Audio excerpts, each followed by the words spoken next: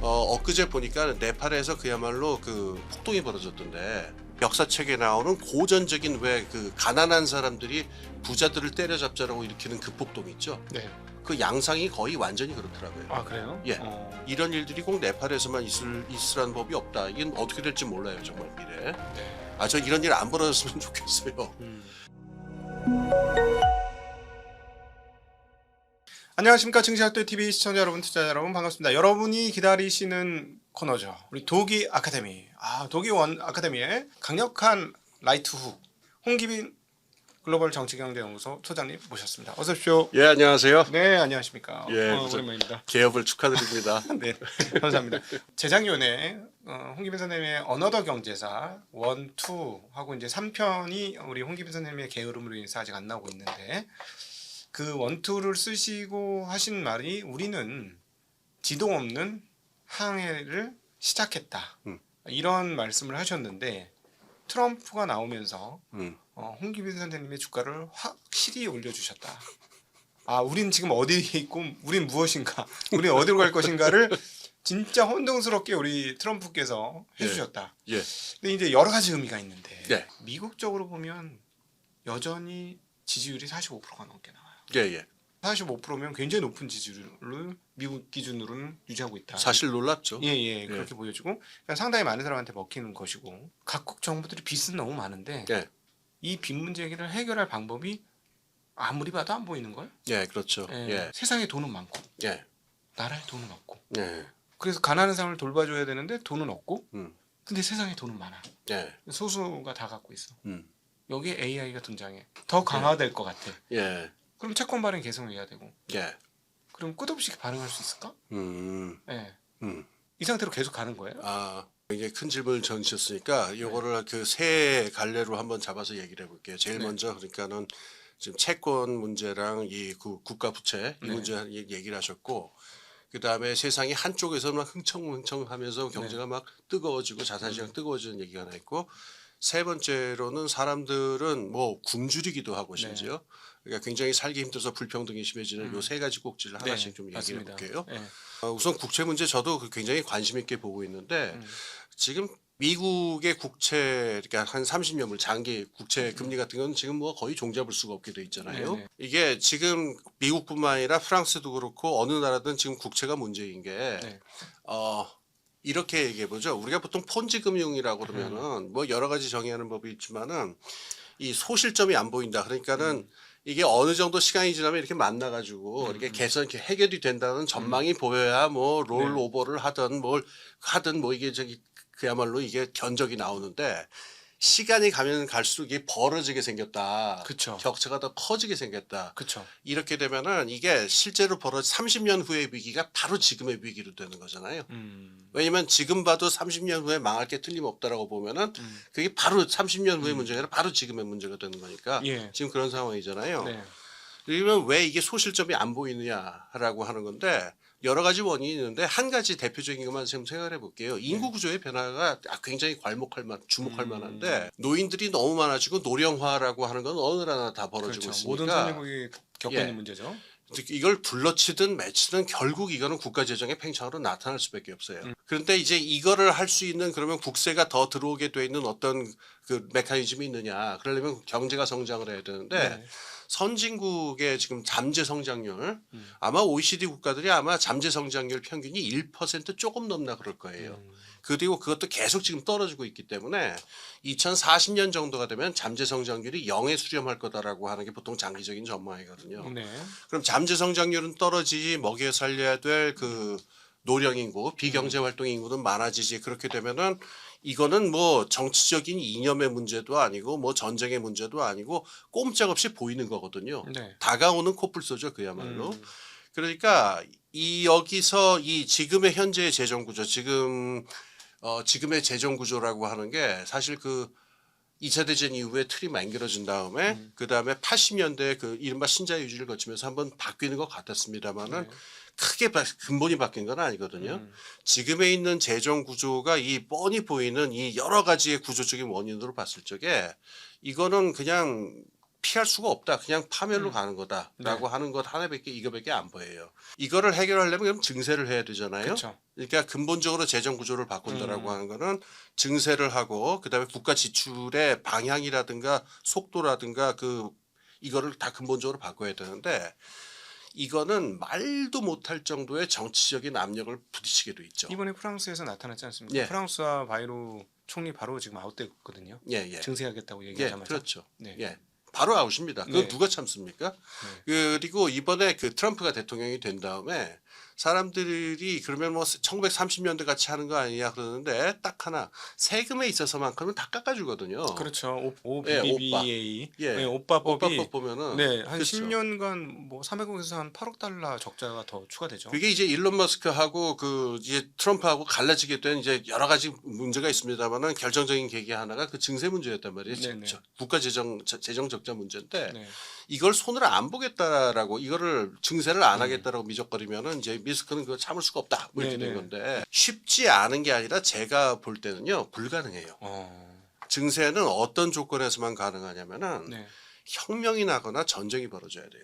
그거는 역사적인 추세를 우리가 보면은 이를테면 토마 피케티 같은 사람이 그거를 네. 19세기부터 연구를 많이 하잖아요. 네네. 그러니까 재분배 문제 보면서 그 부자 증세 이 문제를 보는데 이게 평상시에는 불가능한 일이고 30년대 40년대처럼 혁명이 벌어지거나 전쟁이 벌어지거나 해가지고 이건 다 죽게 생겼다. 이건 뭐 완전히 비상 상황이다라고 하는 게 돼야 이 세금의 구조를 극적으로 바꿀 수 있는 합의가 만들어질 수가 그러니까 있어요. 내가 죽게 생길 때에만 합의가 가능하다. 그렇죠. 사회적 합의라는 거는 그렇죠. 편안할 때 되는 게 아니라 예. 야 이렇게 하면 너 죽고 나 죽고 다 죽어. 예. 그렇죠. 어. 그래서 여기에 기억이 나는 게 우리 버핏세라고 하는 거 있었잖아요. 네네네. 이를테면 미국의 부자들 중에서도 이 개명된 사람들, 워렌 버핏이라든가 뭐 빌 게이츠라든가 이런 사람들은 세금 내야 된다. 세금 안 내면 이건 답이 없다라고 네. 얘기를 계속 캠페인을 했는데 그게 맥힙니까? 안 맥혀요. 네. 그래서 증세 이야기들 많이 하고 등등 하는데 저도 뭐 증세가 돼야 된다라고 생각을 합니다만은 네. 이게 현실적으로 이루어질 가능성이 있느냐라는 건 전혀 다른 문제가 돼요. 그래서 그런지 예. 최근에 거의 유일한 통로를 모든 국가들이 붙잡고 경쟁을 하고 있는 것 같습니다. 저희가 이제 계속 그 방송에서도 얘기를 많이 했었는데요. 통화 약세 전쟁에 돌입했다. 그렇죠. 예. 이거밖에 방법이 없다. 예. 그러니까는 지금 뭐 보면 달러가 뭐 조금 최근에 뭐 한 10% 떨어졌네, 뭐 유로가 그래서 올랐네 했는데 아니 유로가 오른 게 아니고 예. 유로가 오른 게 아니고 유로가 떨어졌는데 달러보다 좀 덜 떨어졌을 뿐이고. 예. 예. 그래서 얼마 전에 그 유튜브 보니까 그 레이 달리오라고 하는 네네. 사람이 나와서 이제 그 지적을 했는데 저는 그건 굉장히 중요하다고 생각했어요. 그러니까 3년 안에 미국이 그 재정 적자의 폭을 그 GDP의 막 5%, 6% 이런데 지금 이거를 3% 수준으로 낮춰야 된다. 3년, 4년 안에. 네네. 그러지 않을 경우에는 심각한 달러 역사가 나타나게 될 거고 이게 그 사람 표현으로 경제 전체에 그 심장마비를 가져올 거다. 그러니까는 지금 미국의 재정 적자 문제는 지금 바로 손을 대야 되고 어떻게든 해야 된다 이거를 경고를 하는데 네. 저는 그거는 그냥 흘려들을 얘기는 아니라고 생각해요. 네네네. 그런데 그게 쉽겠느냐 재정 적자를 건드는 게 아까 말한 대로 정치적인 문제가 있으니까 그래서 지금 현재 상태 그러니까는 제가 아까 지도에 없는 바다라고 이게 말씀하셨잖아요. 네네. 그 이유 중에 하나인데 지금 있는 상태에서는 이게 스테일메이트라고 그러죠 영어로. 그러니까 꼼짝도 못하는 상태예요. 데드락이 지금 걸려 있는데 이거는 안 벌어졌으면 좋겠는 일이긴 한데 향후 10년 동안에 심각한 정치적인 그 갈등이 벌어진다든가 그 다음에 뭐 전쟁은 몰라도 하여튼 뭐 무시무시한 일들이 벌어진다 그러면은 혹시 바뀔지 몰라요. 엊그제 보니까 네팔에서 그야말로 그 폭동이 벌어졌던데 네팔에서 벌어진 폭동은 물론 직접적인 계기는 SNS라든가 이거를 금지했다가 젊은 층들이 이제 분도 거기서 그냥 불이 확 붙어가지고 나오긴 했는데 폭동이 진행되는 양상을 보면은 거의 그 역사 교과서에 역사책에 나오는 고전적인 왜 그 가난한 사람들이 부자들을 때려잡자라고 일으키는 그 폭동 있죠. 네. 그 양상이 거의 완전히 그렇더라고요. 아 그래요? 예. 이를테면은 그 네팔의 전 수상의 그 와이프가? 와이프는 집에서 불에 타서 죽었다고 제가 들고 있어요. 예예. 그러니까 불을 질러 버렸다고 합니다. 네. 그리고 그 고위 관료들 엘리트들 이런 사람들이 그야말로 린치를 당하고 그 두드려 맞고 이 시위대에 의해서 네. 이런 일들이 벌어지는데 그 배경은 이제 빈부차에 있다고 그러거든요. 네. 너무 이걸 갖다 참을 수가 없으니까 이렇게 했다고 그러는데 이거는 저는 상당히 불길하게 보고 이런 일들이 꼭 네팔에서만 있으라는 법이 없다. 이게 어떻게 될지 몰라요, 정말 미래. 네. 저 이런 일 안 벌어졌으면 좋겠어요. 그런데 지금처럼 빈부차가 심하면은 이런 식의 사회적 갈등이 심해지고 네. 사회적 갈등이 심해지면 혹시 그 증세가 가능하거나 세금 구조가 바뀔지 모르겠어요. 네. 근데 그거는 굉장한 그러니까 영어 표현으로 워터쉐드라고 그러죠. 아주 굉장한 큰 단절이 벌어지는 일인데 모른다. 이게 우리가 지금 배를 타고 가면서 앞에 뭐 나야가라 폭포가 나타날지 어떨지 그건 우리가 모르잖아요. 네. 폭포가 나타나지 않는 한 지금처럼 가는 한 재정 적자 문제는 이거 꼼짝없이 그냥 지금 당하는 문제다. 그건 뭐 의문의 여지가 없습니다. 아니 이 인류 역사상 부가 가장 많이 쌓여 있는데 인류 역사상 격차가 가장 큰 그즈음 비슷한 거 아니야? 마치 미국의 도금 시대하고 그 흡사하지 않느냐? 예. 그러면 그때 나타난 게 공산주의 혁명 아니에요? 공산주의가 뭐 나타날지는 모르겠으나 이 빈부의 차의 그 어떤 그 갈등 있잖아요. 네. 사회적 갈등 같은 거. 네.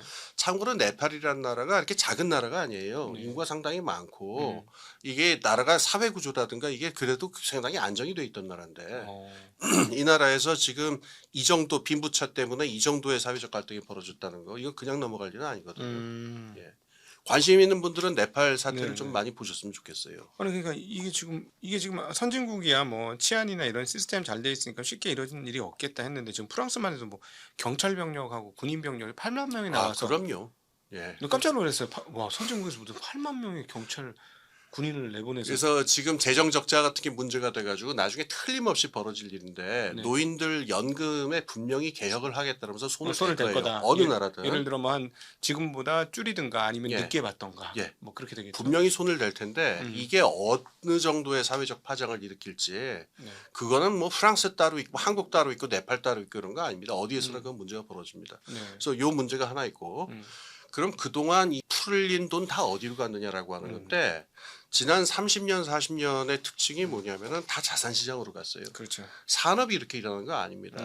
자산시장의 그 올라가는 그 속도랑 실제 그 경제 성장률 다른 지표가 마땅치 않으니까 산업의 지표로서의 어떤 그 경제 성장률 같은 걸 보게 되면은 이 돈이 실제로 어떤 산업 경제로 들어가고 고용을 조직하고 이렇게 됐다고 말할 수 없고 네. 여기로 들어가거든요. 여기서 이제 어떤 메커니즘이 나타나게 되냐면은 이제 사실은 지난 30년 동안의 통화 제도가 또 우리가 달러 본위제라고 알고 네네. 있는데 사실은 자산 본위제가 아니었을까? 아, 네.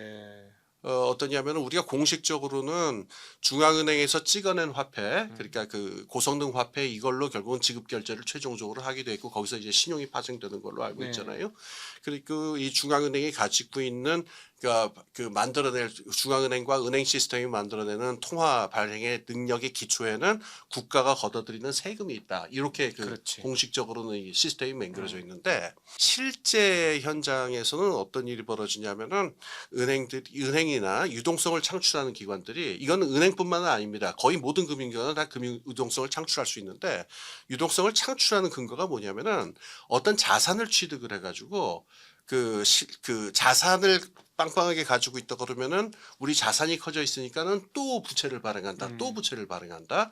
그래서 발행된 부채 그게 바로 유동성이죠. 네. 그게 다시 자산 시장으로 들어가면은 자산 가격이 또 오르거든요. 그러니까 담보권을 계속 증가시키고 그렇죠. 담보권의 영향을 키우면서 또 다시 레버리지를 키우면서 또 그렇죠. 다시 그것이 예. 선순환이 되면서 예, 예. 담보권을 또 확대하고 이게 보는 시각에 따라 선순환이 될 수 있고 악순환이 될 수 있는데 피드백 꼴인 건 맞습니다. 그렇죠. 피드백 고리가 된다. 그러니까 전형적인 게 우리나라 부동산 같은 경우인데 네네. 지금 은행들이 발행하고 있는 이 화폐의 기초가 뭐냐라고 생각해 보면은 이게 담보를 주택담보대출로 잡아놓은 그 어마어마한 양의 부동산이 아니냐라는 의심을 그쵸. 사실 지울 수가 없거든요. 그러니까 담보권을 가지고 서로 예. 씨름하는 거예요. 예. 근데 이 담보권이라는 건 음, 저는 가끔씩 그런 생각. 그 담보를 누가 보장해? 그렇죠. 예. 그건 컨센이잖아, 컨센. 컨센이 보장하면 휴대적으로 컨센은 바뀌는 거 아니야? 거기다 더 재밌는 문제가 되는데 네. 그 담보의 가치라고 하는 게 문제거든요. 예, 예, 예. 가령 이를테면은 그 모세가 하나님한테 받은 석판에 가령 금은 1달러는 금 1온스는 35달러니라 이렇게 써 있으면 그 아무도 못 건드리겠죠. 그렇죠. 근데 담보 자산의 가치라고 하는 거는 자산 시장에서 이 들썩들썩하면 또 오르거든요. 네. 내리고도 할 수 있고. 근데 우리가 법적으로는 그 일시적으로 잠깐 지나가는 것에 불과하는 숫자를 갖다가 마치 의미가 있는 것처럼 해가지고 우리가 저걸 그렇지. 봤잖아요. 네네. 그러니까 지금 말씀하신 담보권도 수수께끼지만은 네. 담보물의 가치라고 하는 것도 사실 굉장히 덧없는 것이거든요. 그렇죠. 표시 가격일 뿐이잖아요. 그렇잖아요. 지우개로 지울 수 있어요. 더 문제가 되는 건 뭐냐면은 그 담보를 잡아서 다시 유동성을 발행을 할 수 네. 있고 그 유동성이 다시 시장으로 들어오면은 담보물 가치는 더 오르게 된다는 거예요. 그러면은 이거는 그 자가 발전하는 하나의 시스템이 아니냐라는 의심이 들게 되는데 네. 제가 지금 말씀드린 이 메커니즘은 사실 18세기부터 나타났어요. 네. 최초에 프랑스에서 존 로라고 하는 사람이 네, 그렇죠. 그 지폐 발행 실험을 할 적에 네. 이게 존 로의 논리는 그냥 지폐라고 하는 게 화폐라는 건 사람의 신용에 불과하니까 지폐도 얼마든지 통용될 수 있다라고 하는 건데 네. 실제로는 뭐냐면 프랑스에 있는 토지 자산을 놓고 잡은 부동산 본위제였었어요. 네, 미국 루이지애나였나요? 예, 그렇죠? 예, 예, 그걸 그렇죠. 잡고 했던 거죠. 예, 네. 사실 그래서 네. 어떤 일이 나중에 벌어지냐면은 유동성이 풀리니까 토지 가격이 오르고 토지 가격이 오르니까 또 유동성이 더 풀리고 그것 때문에 또 다시 토지 가격이 오르고 한참 이렇게 해서 막 버블이 생기다가 터지고. 네, 항상 그런 패턴이죠. 예. 그러니까 어느 순간 갑자기 믿음이 흔들리는 순간 예, 그렇죠. 이게 신기루라는 걸 알게 예. 되는 거예요. 지금 이 얘기가 예. 뭐 옛날 그 존노까지 안 가도 지금 중국이 그래요. 중국이. 아유, 이거는 그 자본주의 250년 역사에서 무수히 계속 반복되는 스토리이기 때문에 네. 뭐 너무너무 많습니다. 이 스토리는. 케인즈가 장기라고 하는 경제에서 장기 또는 이라고 할 적에 이렇게 정의를 하자라고 그랬는데 두세 대 동안 지속되면 그건 영원한 거라고 봐야 된다고. 아, 그 왜냐하면은 그게 실제로 영원하다는 게 아니라 사람들의 기억 속에서는 두세 대 이상이 넘어가지 않아요. 두세 대 지속된 일이면은 이거는 객관적인 불변의 법칙이라고 사람들이 생각하게 돼 있는데 맞죠. 우리나라 부동산 불패 신화는 지금 한 반세기 됐거든요. 네. 그러니까 사람들은 부동산이 이렇게 잠깐 이렇게 되는 건 몰라도 지속적으로 영원히 오른다라고 하는 거는 하나의 불변의 법칙이다 이 생각을 하게 되는 거죠. 예. 지금 그래서 한 30-40년 동안 이 상태가 그 풀려난 돈이 어떻게 되냐면 지금 말한 대로 자산 시장으로 들어가고 다시 자산 가치가 올라가게 되고 네. 다시 그 자산 가치 때문에 또 유동성이 풀리게 되고 이런 일인데 우리가 이거를 자산 시장 그러면 자본 시장만 주로 생각들을 많이 하는데 사실 제가 지금 말씀드린 이 메커니즘이 제일 심하게 되는 부동산이었거든요. 네. 그리고 이 현상이 절대로 우리나라에서만 생겨난 거로 생각하지 마셔야 돼요. 그렇죠. 그러니까 90년대부터 은행들이 주택담보대출을 하기 시작한 거는 미국도 그렇고 어느 나라 다 마찬가지인데 그 다음부터 집값이 다 뜁니다. 네. 집값은 어디 되나 다 뛰어가지고 그렇죠. 뭐 스웨덴이건 오스트레일리아건 할 건 없어요. 다 이 문제가 나타나서 네. 제가 되게 좋아하는 그 오스트레일리아의 경제학자의 스티브 킨이라는 사람이 있는데 엊그제 그 페북에 그런 걸 올렸더라고요. 1980년 단계에서는 80년에는 29살짜리 노동자가 취직을 하면은 집을 살 수 있고 결혼해서 애를 기를 수 있고 노년 노후 연금을 준비를 시작을 했다. 그런데 지금 29살짜리가 취직을 하면은 집세 내고 생활비 내고 그걸로 끝이다. 네. 그러니까 전체적으로 그 OECD 나라들 보면은 그러니까 물가 지수라든가 이걸 다 감안한다 하더라도 집값이 2.5배가 올랐다. 지난 50년 동안 네. 물가 지수를 감안하고더라도 네네. 이렇게 얘기를 하거든요. 그러면은 부동산하고 금융하고 연결이 돼 버려 가지고 이 부동산의 금융화가 제가 보기엔 가장 치명적인 문제였는데 지난 30년 동안 네. 이게 근본이 돼 버리니까 그 존 롯데랑 마찬가지로 유동성이 계속 풀릴 수 있는 자산의 기초가 마련이 된 거였었어요. 네. 그러니까 부동산 시장이 뛰고 다른 자산 시장도 다 뛰고 유동성이 나니까 네. 이 과정이 40년이 지속이 되니까 요 자산 시장 분야에 올라탄 분들은 어떠냐면은 흥청망청을 할 수가 있게 되죠. 네. 네. 그다음에 이제 세 번째 테마가 되는데 산업은 그러면은 어떻게 되는 거냐? 참고로 이 산업이라는 데는 주식도 한 장도 없고 내가 그 자가를 소유한 것도 아니고 내가 벌어서 먹고 사는 방법은 내 가진 능력을 팔아서 일을 열심히 땀 흘려서 네. 일해서 먹고 사는 사람이다. 이 사람들은 지난 30-40년 동안의 경제 흥청망청에서 이익을 볼 수 있는 구조가 전혀 아니었죠. 오히려 계속 이렇게 상대적으로는 절대적으로는 몰라도 상대적인 사회적인 빈곤감이라고 하는 건 점점 심해지는 하긴 여기에 중인데. 이제 중국이 들어와서 디플레이를 수출했기 때문에 네. 제조업체들은 그냥 몰락인 거죠. 아 그렇습니다. 그게 네네. 굉장히 심각한 네네. 문제죠.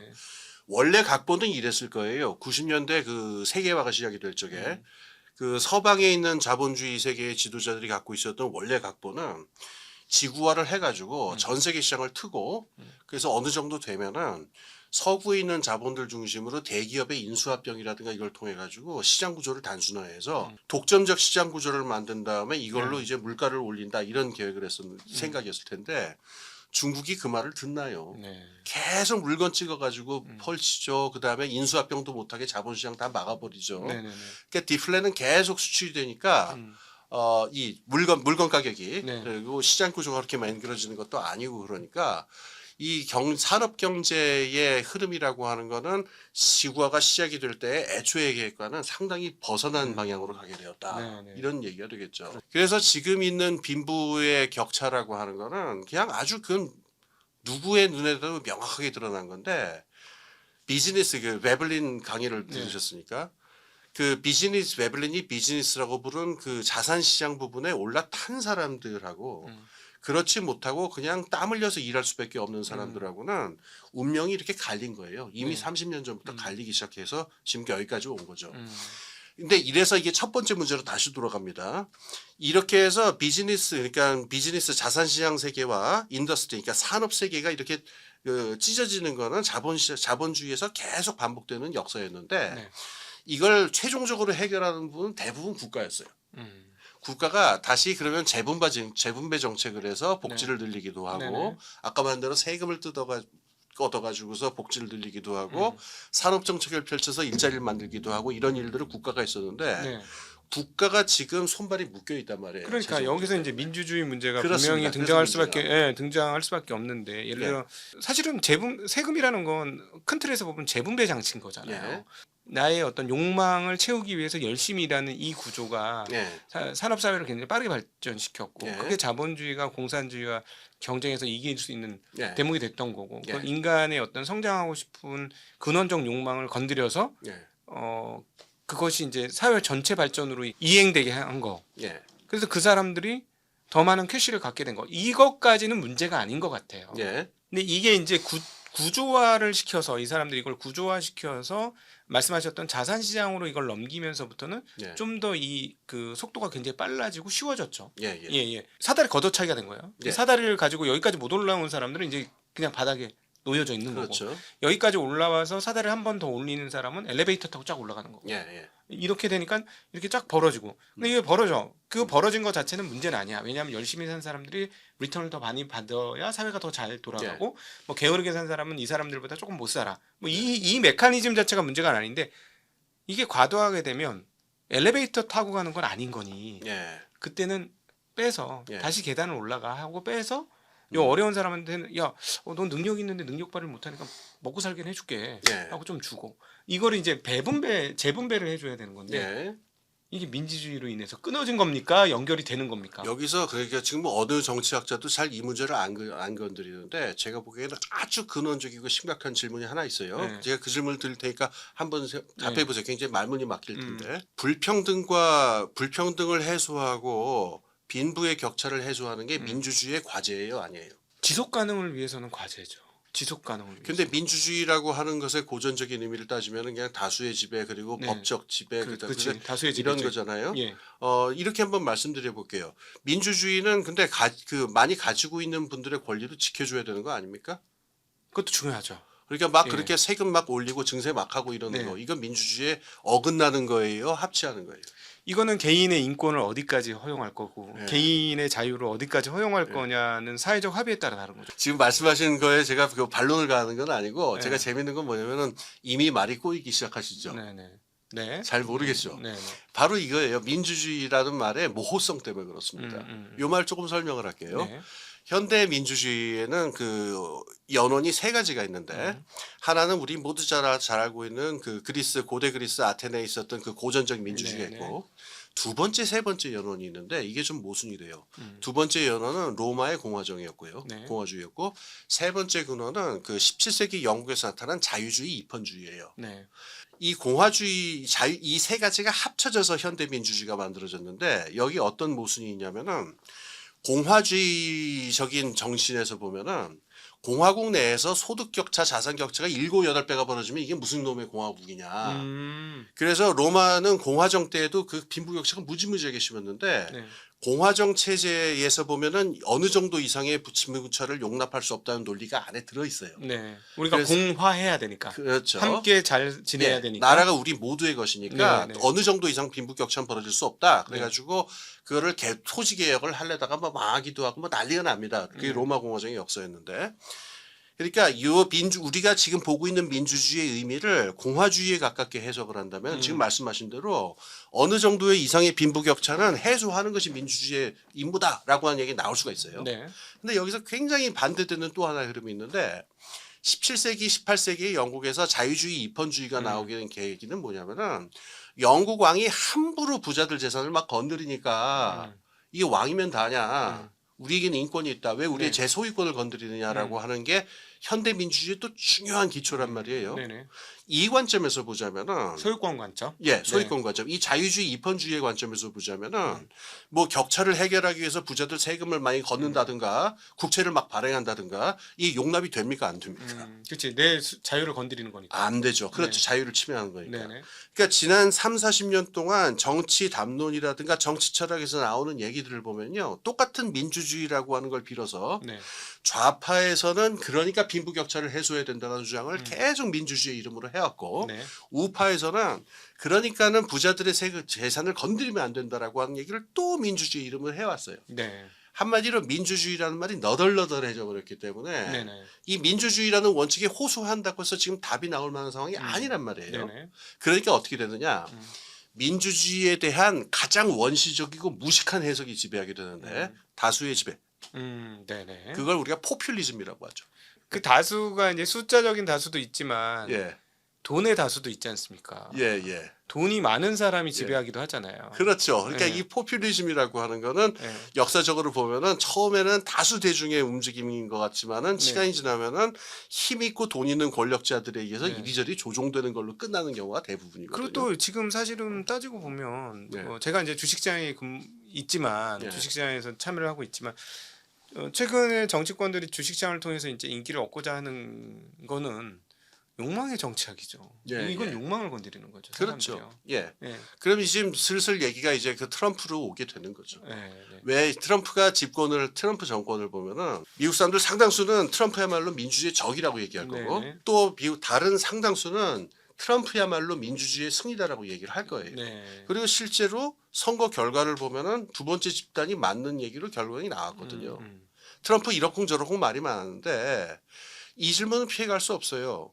왜 미국 사람들의 다수는 심지어 일반 선거에서도 다수가 트럼프를 찍었느냐는 질문을 해야 되는데 네. 이게 이것저것 골치 아프다 다 집어치우고 다수의 지배다라고 하는 원시적이고 원초적인 그 민주주의의 의미가 지금 세계를 여기저기서 나타나고 있다는 거죠. 그게 지금 포퓰리즘이란 말이에요. 네. 문제는 이게 그러면 지금 이 복잡하고 꼬인 문제를 다 풀 수 있느냐? 그건 모르겠어요.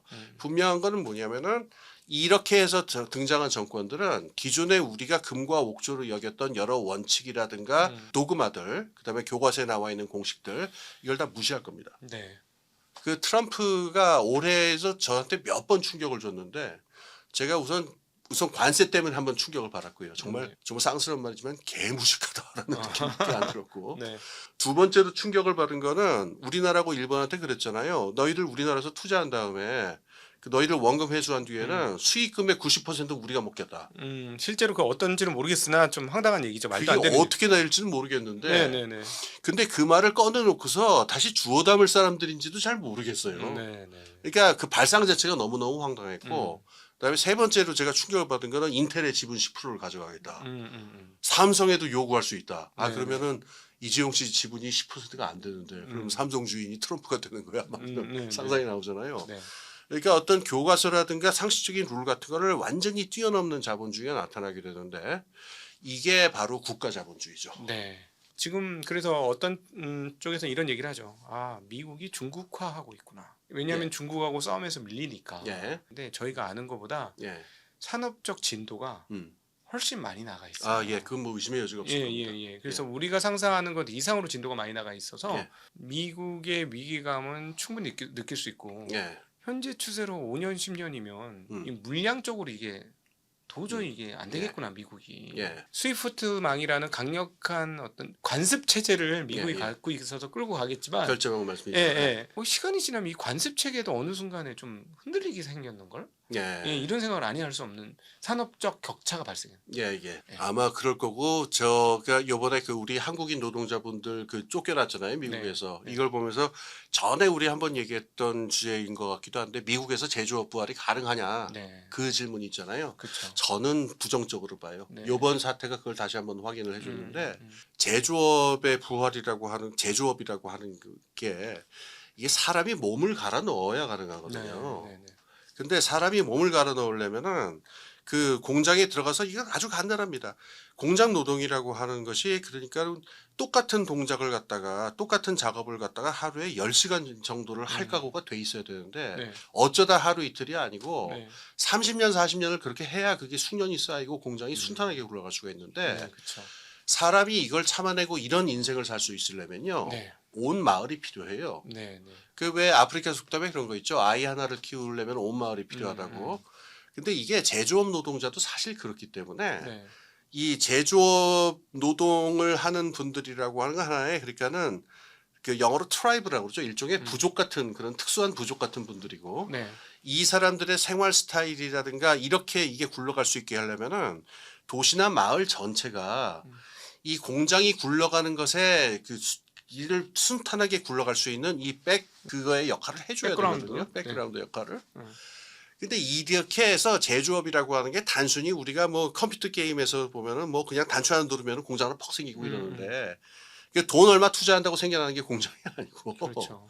이런 특수한 종류의 사람들이 있어야 되고 이렇게 일생을 사는 사람들의 삶을 지켜주는 마을과 도시가 있어야 되고 네. 하나의 컴플렉스 같은 그런 건데 이게 미국이 없어진 지가 지금 한 30년 초토화됐거든요. 지난 30년 동안. 아니, 그러니까 예를 들어서 그 제조업이 되게 우리의 이상향이고 이거를 통해서 우리의 인생을 바꿀 수 있는 어떤 인간의 욕망 구조를 채워줄 수 있다면 미국에서 자리 잡을 수 있을지 모르겠으나 예. 중국 같은 경우는 100만 원 주고도 8시간 10시간 일할 사람들이 예. 널려 있잖아요. 예. 그러니까는 200만 원 주는 자리면 예. 어디 가야지. 예. 내가 우리 고향에 있는 부모님 먹여 살리고 우리 식구들 먹여 살릴 수 있으니 그렇습니다. 예. 그런 어떤 인간의 감성, 뭐 책임감이라든가 여러 각종 그 관계성에 의해서 생기는 그런 감정들을 중국에서는 채울 수 있으나 예. 내가 여기서 일한다고 하면 그러니까 사람은- 월스트리트에서 예. 돈 뭐 초임을 수십만 달러 받는 애들하고 예, 비교를 예. 해봤을 때 예. 그리고 AI로 뭐 1억 달러의 월급을 연봉을 받고 있는 사람이 있는 이 상황에서 봤을 때 과연 이게 논리가 통할 건가? 예. 그래서 제조업 노동에서 지금 말씀하신 거랑 연결이 되는데 이 경제하는 분들이 잘 얘기 안 하는 측면인데 실제 제조업 노동자들한테는 굉장히 중요한 게 있어요. 뭐냐면은 자기 삶에 대한 프라이드예요. 예, 그렇겠죠. 예, 지금 그게 정확하게 지금 예. 말씀하신 그 부분인데 가령 이게 생각을 해보십시오. 제가 그 제조업 노동 가서 기계랑 하나가 돼야 돼요. 제조업 노동은 공장 문을 들어서는 순간에 내가 개인임을 나 사람임을 내려놓고 기계와 하나가 돼서 혼연일체가 굴러가야 된다 그래서 그래야 사고도 안 나고 생산성도 올라간단 말입니다. 네. 그 공장에서 나온들 때는 내가 하루 종일 뭐 한 거지 내 인생은 뭐지라는 생각이 들게 되는데 네. 나는 자랑스러운 노동자다. 내 이렇게 해서 내 가족들 먹여 살리고 사회도 도움이 된다는 프라이드가 있어야 그 생활이 가능해져요. 그래서 말씀하신 대로 마을에서 예를 들어 펍이라든가 이런 데 가면 그래 수고했어. 여기 와서 그렇습니다. 한 잔 먹고 가. 예, 아유 예. 고생했어. 뭐 이런 받쳐주는 이런 것들이 있어야 된다는 그래서 얘기죠. 주말이 되면은 공장에서 퇴근한 노동자들이 어. 맥주집에 몰려가고 술 왁자질 걸 먹고 고기 구워 먹고 하면은 네. 온 마을이 같이 들썩들썩 해주고 그쵸. 이게 고전적인 미국 노동자들이 생각하는 그런 마을이거든요. 네. 그런데 지금 제조업 노동이라는 걸 두고서 이게 중국에 있는 사람들이라든가 그다음에 베트남에 있는 분들이나 이런 분들은요. 제조업 노동을 하는 거에 대해서 아직도 긍지를 가지고 있는 사람들이 많아요. 네. 그리고 우리나라의 경우에 그 이주 노동자분들 있지 않습니까? 우리나라 온 이주 노동자분들도 여기 와가지고 한국에서 일하고 있는 것들에 대해서 상당히 긍지를 가지고 있는 분들 굉장히 많습니다. 그렇겠죠. 네. 그러니까 그 힘든 일들을 참아내시는 거거든요. 네. 근데 지금 미국 사회의 문화에서 네. 제조업 공장에서 다니면서 프라이드를 느낄 수 있어야 된다. 음. 그리고 상당히 우리나라에서도 해결되는데 그러려면 어떻게 되면 연봉이 세야 돼요. 그렇지. 근데 연봉이 세가지고 제조업이 경쟁력이 그 있겠냐고요. 경쟁에 그 비용이 안 나오죠. 네. 그러니까 일부 특수한 종류의 제조업은 굉장히 연봉을 세게 줄 수 있는 데가 있을지 모르겠는데 네. 노조가 아주 세다든가 네네. 그렇지 않은 제조업의 경우에 그럼 연봉이 그러면 미국이나 한국에서 어떤 성인 남성 여성이 자기가 프라이드를 느낄 정도로 연봉이 되려면 어느 정도 숫자가 돼야 되느냐 네. 그 숫자를 맞춰주고서 제조업이 저걸 가질 수 있느냐 중국이라든가 베트남이라든가 태국에 있는 우리가 저 개발도상국이라고 불리는 데에는 그 일 자체를 갖다가 영예롭고 자랑스럽게 여기는 분들이 많으니까 네, 연봉을 세게 주지 않아도 그게 될지 모르겠는데 그렇지. 우리나라나 미국에서 연봉을 아주 세게 주지 않는 한 누가 수혜밥을 먹으려고 할 것이냐. 음. 그 면에서 보면은 사실 이건 미국만의 문제가 아니고 네. 우리나라에서도 과연 그 제조업 르네상스 부활이라고 하는 게 지금 정부가 노력을 하고 있습니다만은 네. 이게 어떤 방식으로 가능할 거냐 저는 그렇게 뭐 희망적이라고만 생각되지는 않습니다. 그럼 여기서 봤을 때 이제 앞으로 조만간에 40%가 넘는 전체 세계 제조업에서 중국이 40% 넘는 비중을 이제 차지하게 될 건데. 근데 제조업 없이 예. 다른 산업으로 또 굴러갈 수 있을 것이냐. 뭐 그거는 말이 안 되는 예, 얘기인데 그러니까. 제가 이제 대학원 공부를 시작한 게 1990년대인데 네. 그때 그 세계화 그다음에 그 지구화 이런 얘기 그 담론이 한창 유행하고 있을 적에 시세말로 아주 골 때리는 측면을 하나 제가 발견해 그 당시 담론에서 그 당시 담론에서는요 기술 혁신이 하이테크하고 인터넷 분야에서만 벌어진다는 생각이 지배적이었어요. 제조업의 그 어떤 생산 기술이라든가 제조업 패러다임 자체는 이미 완성됐다라는 암묵적인 전제가 깔려 있었고 네네.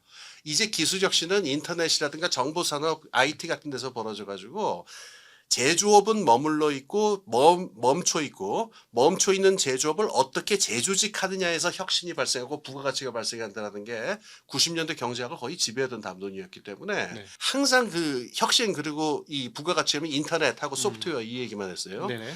근데 지금 문제는 뭐냐면은 AI가 등장하고 지금 새로운 로봇이 나오고 한다면은 제조업 자체의 패러다임이 아마 바뀔 거예요. 그러면은 제조업 패러다임이 바뀌면은 어떤 문제 발생하냐면은 있는 공장을 감가상각이 급격하게 벌어지기 때문에 있는 생산 설비를 어떻게 처리해야 될 거냐는 아주 골치 아픈 문제가 나오게 되고 그다음에 생산 설비에 대한 재투자는 어떻게 벌어질 거냐 이 부분을 어떻게 조직할 거냐라고 하는 건데 이거는 자본 시장이 풀 수 있는 문제는 아니에요. 제조업을 실제로 저거 하는 거는 기업가들이 풀어야 되고 혁신 기업가들이 해야 되는데 지금 중국이 따라잡고 하고 있는 제조업이라고 하는 거 그러니까 옛날에 서방 사람들이 90년대 그 중국이 생산력이 쭉 올라가는 것보다 계속 그걸 용납했던 거는 네. 어차피 이거 우리가 하던 건데 니네 해. 그게 넘겨준 거거든요. 그치. 여기서 큰 변화가 생길 거라는 생각들은 안 했었어요. 역전된 거잖아 지금. 그러니까 제가 아까 골 때린다는 표현을 네. 쓴 거는 80년대, 90년대 미국이나 서방의 경제학이나 경제정책 담론을 지배했던 굉장히 중요한 전제는 제조업은 끝났다예요. 네. 제조업은 끝났고 여기선 더 이상 부가가치 나오지 않는다. 음. 그러니까 다 하이테크고 IT고 다 정보산업이다. 네. 이게 담론이었는데 지금 보면은 그렇지 않거든요. 그렇죠. 반도체 TSMC가 대표적인 예 아니겠습니까? 그리고 지금 반도체가 대표적인 얘기고. 그리고 지금 만약에 로봇이나 AI가 나왔을 적에 실제 공장이 어떻게 굴러갈 것이냐, 네. 제조업의 패러다임이 어떻게 바뀔 것이냐, 저는 상상도 못 하겠어요. 완전히 다른 형태로 바뀔 겁니다. 그러면은 여부분에서 이 제조업, 이렇게 제조업이라는 말을 자꾸 쓰는데 그 2차 산업이라고 우리가 부르던 네. 산업 그 자체에 있어서의 혁신에 있어가지고 이거를 중국이 선도하고 있느냐 미국이 선도하고 있느냐 최소한 지금까지 보면은 중국이 사실은 훨씬 더 큰 힘을 네. 축적해 놓고 있는 상태잖아요. 네. 아니, 소비할 시장도 크잖아요. 아 그럼요. 자체 시장 크고요. 예, 그러니까 이게 안 되는 거예요. 소비할 시장이 너무 크니까 걔네만 맞춰도 예. 그러니까 자급자족이 되는 나라. 조지아주 사태에서 보고서 제가 놀랬던 거 하나 뭐냐면은 아니 미국의 그 지도층들은 제조업이 만들어지는 과정을 갖다가 이렇게 단순하고 나이브하게 생각했단 말인가. 너희들 투자해라. 그래서 조지아에 있는 미국인들 고용해라 하면 끝. 이렇게 될 수 있다고 생각했단 말인가. 그 미친 거죠. 택도 없는 얘기거든요. 택도 없네. 이거는 저희가 이제 반도체 장비 만드는 업체들의 얘기를 들어보면 예. 반도체 만드는 얘기를 들어보면 예, 예. 어떻게 하다가 해가지고 되잖아요. 뭐 네. HBM4 그래서 뭐 12장을 쌓거나 막 갈아가 비스켓 얇은 김처럼 갈아가지고 칩을 붙여가지고 안 깨지게 그거를 해가지고 열 몇 장을 딱 붙여 예. 디램을. 그거 어떻게 했어요? 그랬더니 하다 보니까 안 되던데. 왜 할머니들 찌개 엄청 잘 끓이시잖아요. 예, 예, 예. 할머니 이거 어떻게 끓인 거예요? 좀 방법 좀 가르쳐서 그러면은 아 그거 재료 넣고 물 붓고 부글부글 끓이면 돼. 예. 그러니까 설명을 못 그게 해. 2, 30년 했던 장인들의 손맛이 예. 그 있거든요. 아, 이게 그렇죠. 첨단 산업인데 예. 있단 말이에요. 이게 예, 예, 골때리 이 진짜 골때리는 그럼요. 부분인데 예. 수치로 제어해서 되는 게 아니고 하다 보니 되는 예, 거예요.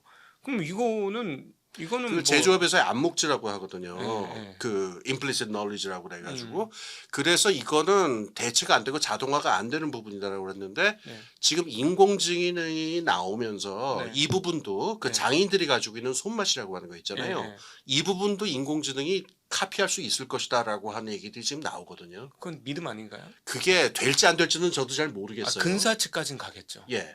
근데 뭐 어쨌든 제조업의 패러다임에 큰 변화가 나타날 건 틀림이 없겠죠. 네네. 근데 지금 말씀하신 대로 제조업이라고 하는 게 그렇게 복잡한 여러 측면이 있기 때문에 네. 이게 뭐 뚝딱 될 일도 아니고 음. 그래서 지난 40년 동안 그 미국과 유럽의 그 경제 담론 이른바 지식경 기반 경제라 뭐다 하던 게 제가 기억이 나요. 그 대학원 때 읽었던 책인데 1985년에 나온 책으로 제가 대학원에 나중에서 읽은 건데 자이스만이라고 하는 사람이 쓴 제목이 아주 명쾌해요. 그 Manufacturing Matters예요. 제조업은 여전히 중요하다. 그 책은 묵살돼 버렸어요. 네. 근데 그 책이 제가 보는 굉장히 그 설득력이 있다라는 생각이 들었거든요. 네. 근데 지금 3, 40년 지난 다음에 영원히 멈춰 있을 줄 알았던 제조업에서 지금 큰 변화가 벌어질 조짐이 보이는데 지금 미국이나 유럽이 그거를 중국이 쭉 그동안 축적해왔던 영향을 딱 따라잡을 수 있을까? 그건 저도 잘 모르겠어요. 네, 맞아요. 지금 예. 전기차에서 아주 극명하게 예. 2차 전지에서 극명하게 예. 차이가 완전히 벌어지고 있고 이 뭐 그다음에 사실 ESG를 저희들끼리 얘기하면 중국 조질라고 만들었는데 ESG를 역으로 조져지잖아 지금 유럽이 완전히 부서지고 있고 미국은 거의 벗어 던진 것 같은데요. ESG는. 아니 그나마 미국은 사막도 있고 하니까 하면 하잖아요. 근데 이제 그 판넬이 비싸니까 지들이 만들면 못 만드니까 지금 그런 거고 예. 몇 년만 더 지나면은 재생에너지 사이즈도 예. 압도적으로 중국이 많아질 것 같은 거예요. 그래서 이번에 제가 또 봤었던 문서 하나가 영국에서 그 영국 정부에서 산업 정책의 플랜 같은 걸 냈거든요. 네. 보니까 뭐 들어갈 만한 요소들은 다 들어가 있는 것 같아요. 그동안 학계에서 논의되고 업계에서 논의됐던 이런 것들은 산업적 들어와 있는데 이거 보고 있다 보면은 그냥 그래서 훌륭하다. 잘 쓴 문서라는 생각이 드는데 그냥 한숨은 나와요. 이게 될 리가 있냐 갑자기 영국에서 지난 40년 동안 안 된 건데 다 좋은 계획이고 혁신적인 네네네. 계획인데 왜 이게 그러면은 지난 영국에서 그동안 안 됐느냐 이유는 그런 데 있어요. 그러니까 종이 한 장에 계획이나 무슨 논문 몇 편 쓴다고 제조업 계획이 세우는 게 아니라 밑바닥에서 노동자들의 아까 말한 그 마인드라든가 자기에 대한 프라이드라든가 그 다음에 노동자 제조업을 뒷받칠 수 있는 어떤 지역사회의 균형이라든가 이런 여러 가지 복잡한 조건들이 맞아떨어져 줘야 이게 제조업이 가동이 되는데 네. 미국하고 유럽에서는 지난 3, 40년 동안 자기들이 100몇 년 동안 축적해 놓은 걸 갖다가 거의 황폐화시켜 버렸거든요. 네. 근데 그 이름이 그 명분이 더 황당한데 이윤과 수익의 이름으로 그걸 다 황폐화시켜 버렸어요. 네, 네. 근데 그게 하루아침에 그럼 재생이 될 거냐? 아유, 그건 제가 보기에는 어림도 없는 얘기입니다. 지금 결국 주인 노예 변증법 뭐 이게 막 생각이 나는데 예, 그러네요. 예, 딱 그러니까 그러네요. 이제는 과거 이제 그 옛날에는 이제 동양이 서구보다 압도적인 문명을 가지고 있었으나 어느 시점 봐서 기계 문명과 산업 예, 문명이 예. 들어오면서 서구의 시대가 시작이 됐고 예, 예. 그래서 서구의 압도적인 몇백 년이 지나갔는데 이제 그거를 카피한 동양 쪽에서 네. 이 서구가 이제 따라오기에는 벅찬 격차를 만들면서 예. 이 제조업 쪽에서 쫙 올라간 상황이죠. 예, 예. 근데 여기에서 이제 자기네 살겠다고 서구가 특별히 미국을 중심한 서구가 기존에 가지고 있던 패권, 스위프트망이라는 그런 예. 강력한 결제 시스템 패권을 가지고 예. 지금 이리저리 막 힘을 막 예. 칼을 휘두르고 있는데 예. 좀 이러면은 이번에 어떤 느낌이 있냐면 동맹국 예, 예. 입장에서의 어떤 예. 불신이 만들어지기 시작하는 거 아니냐. 그렇죠. 그리고 아마 제 기억이 2020년대 초 그때 우크라이나 전쟁 때부터 러시아를 중심으로 해서 대안적인 결제망을 만들겠다. 네, 네. 이런 얘기를 계속 나왔던 걸로 네. 제가 기억을 네. 하고 중국이 석유를 계속 그거 안정적으로 이란 네. 같은 데서 저거를 조달을 하려다 보면은 그 결제 문제를 갖다가 다른 방법으로 아마 뚫어야 될 거예요. 네, 네, 네. 그리고 또 하나 이제 자꾸 스위프트 말씀을 하시니까 지금 크립토 있지 않습니까? 네네. 크립토 업계가 어떻게 발전하고 진화할지 모르겠으나 네. 크립토 업계가 나오게 됐을 때 과연 스위프트 그 은행들의 맞아요. 결제망이라고 하는 게 네. 이게 그렇게 큰 힘을 가질 것이냐 그건 모르겠어요. 저는. 크립토가 몰랐는데 진짜 송금에 엄청나게 쓰이더라고요. 아 그럼요. 예, 그러니까 이게 무섭더라고. 예. 뭐야? 이렇게 되네. 예. 예, 그러니까 기존의 그 은행 전산망을 예. 완전히 뒤흔들어 버리는 거지. 예. 그러니까 소위 말하는 인터넷이라는 오픈 소스가 예. 기존의 강력한 폐쇄형 시스템을 그냥 무너뜨리고 있는 예. 상황이 지금 발생했다. 그렇죠. 예. 예, 조금 역사적으로 이걸 좀 조망해 볼 필요가 있는데 우리가 지금 거의 잊어버린 조직 이름이 하나 있는데 혹시 BIS라고 최근에 잘 얘기 안 하죠, BIS. 네. 근데 그 사람들이 또 이게 착각하시는 분들이 있는데 BIS가 2차 대전 이후에 생겨난 줄 아시는 분들이 또 많아요. IMF 비슷하게. 네. 이게 1930년대에 생기거든요. 음. 그러니까 이 Bank for International Settlement잖아요. 네. 국제적인 은행들 간 결제를 네. 위해서 1930년대에 생긴 건데 재공황 상황입니다. 네. 이거를 갖다가 뭐 지금 구구절절히 얘기를 할 건 아닌데 은행들끼리의 결제망이라고 하는 게 생겨난 게 그렇게 오래된 것도 아니지만은 그렇게 최근의 일도 아니에요. 네.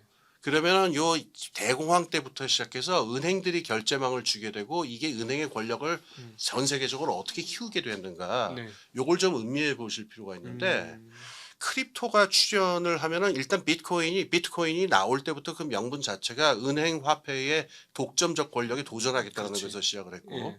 지금 크립토가 계속 지향하는 바가 지금 그 부분이게 되는데 크립토 시장이 커지고 거기서 결제망이 생기고 훨씬 더 빠른 결제망이 그렇지. 탈중심적인 결제 방법이 생겨난다면은 스위프트라고 하는 게 뭐 그렇게 큰 적이 될 것이냐? 그 지도 없는 바다에서는 얼마든지 벌어질 수 있는. 그러니까 일이고요. 진짜 여기서 잠깐 여기 곁다를 빠져나간 얘기는 이 상황에서 미국 정부가 스테이블 코인 하겠다고 얘기를 하고 너무 어처구니가 없는 거예요. 이거는 뭐 아무도 예측하지 못한 일이라고 하고 그 다음에 트럼프 정권이 이렇게까지 크립토에 그 뭐 몰빵을 하게 될 아니, 줄 가문의 몰랐다고. 사업이니까. 그러니까 그런 얘기 들었어요. 이게 제가 확인을 해본 건 아닌데 그 트럼프 아들들 그 가족 자산이 크립토 쪽에 빵원이었다가 지금 50조 원 정도. 네. 그 정도로 지금 한 몇 달 사이에 이렇게 컸다고 그러더라고요. 네. 그러니까 크립토를 지금 전면적으로 지금 트럼프는 저거를 하고 있고 여기 어떻게든 뛰어들어서 뭔가를 해보겠다. 미국 정부는 이러고 있잖아요. 네.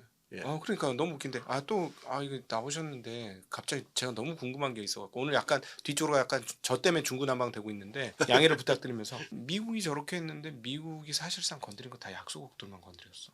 자기보다 약한 국가들만 때렸어요. 예. 덩치가 엄청나게 큰 예. 브릭스라고 대변되는 그 국가들하고는 예. 제대로 한 개도 없어. 예. 예. 와 이거 어떻게 되는 거야? 그거요. 그거는 제 생각에는 그렇게 아주 거칠고 단순하게 답을 하자면은요. 좀 무식하게 답을 하겠습니다. 가성비가 안 나와서 그래요. 돈이 너무 많이 들어요. 그 강대국들하고 붙으려면은. 네. 요거 시즌 1에서 한번 나와서 그 말씀을 한번 나눈 적이 있었는데 기억나실지 모르겠어요. 그때 트럼프가 막 관세 올리면서 막 그 한창 험악할 적에 유튜브나 이런 데서 이렇게 예측하시는 분들이 계셨어요. 이게 냉전이 다시 시작되는 거다. 지정학적인 갈등이 시작이 되고 냉전 구도가 나타난다 이런 분들이 많은데 저는 생각이 전혀 다르다고 말씀드린 적이 있었는데 미국은 트럼프는 그거 원하지 않아요. 냉전 같은 거에서 강대국하고 붙으려면은요. 그 주변을 갖다가 냉전 같은 방식으로 강대국하고 붙으려면은 봉쇄 정책이라는 걸 해야 되는데 돈이 한없이 들어요. 네.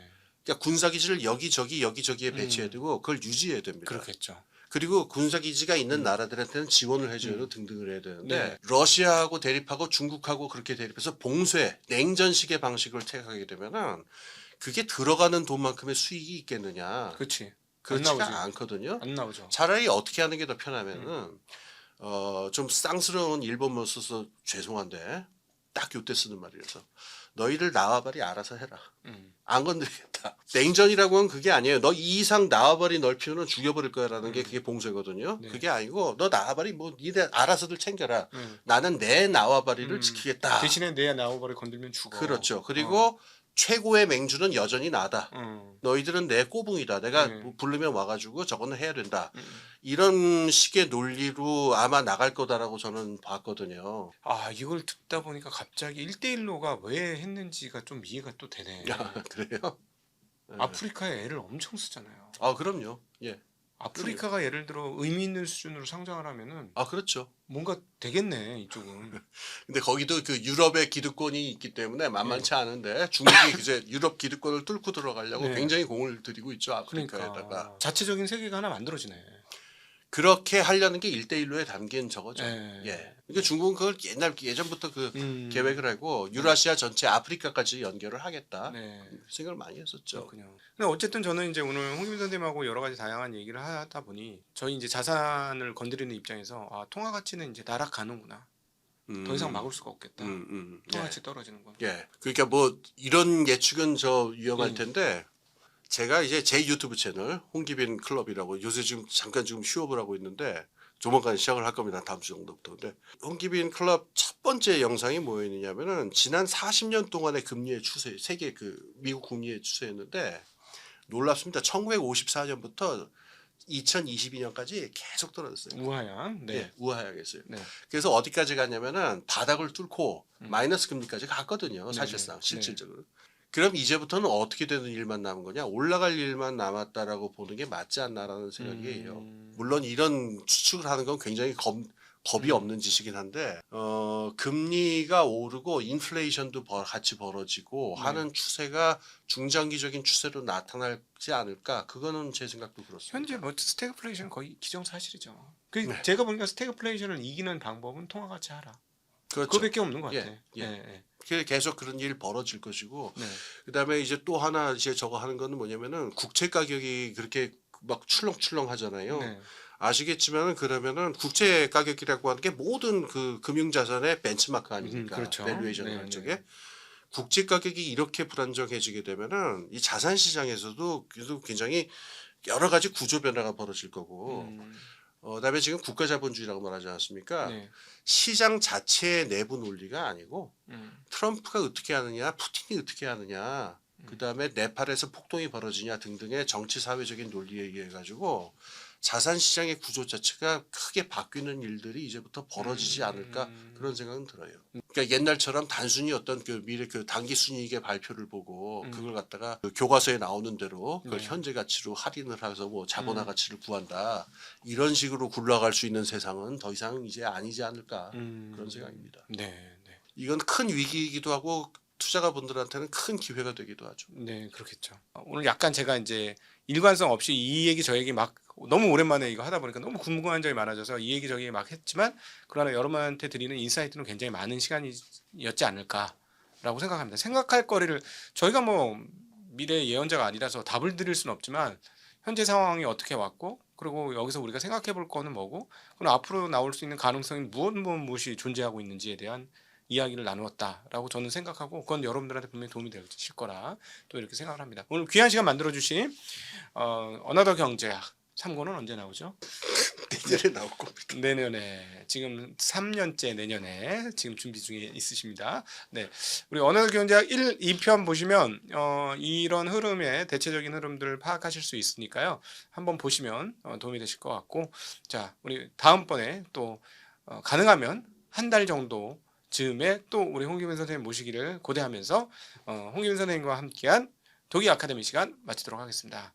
같이 인사드리도록 하겠습니다. 인사드립니다. 고맙습니다. 고맙습니다.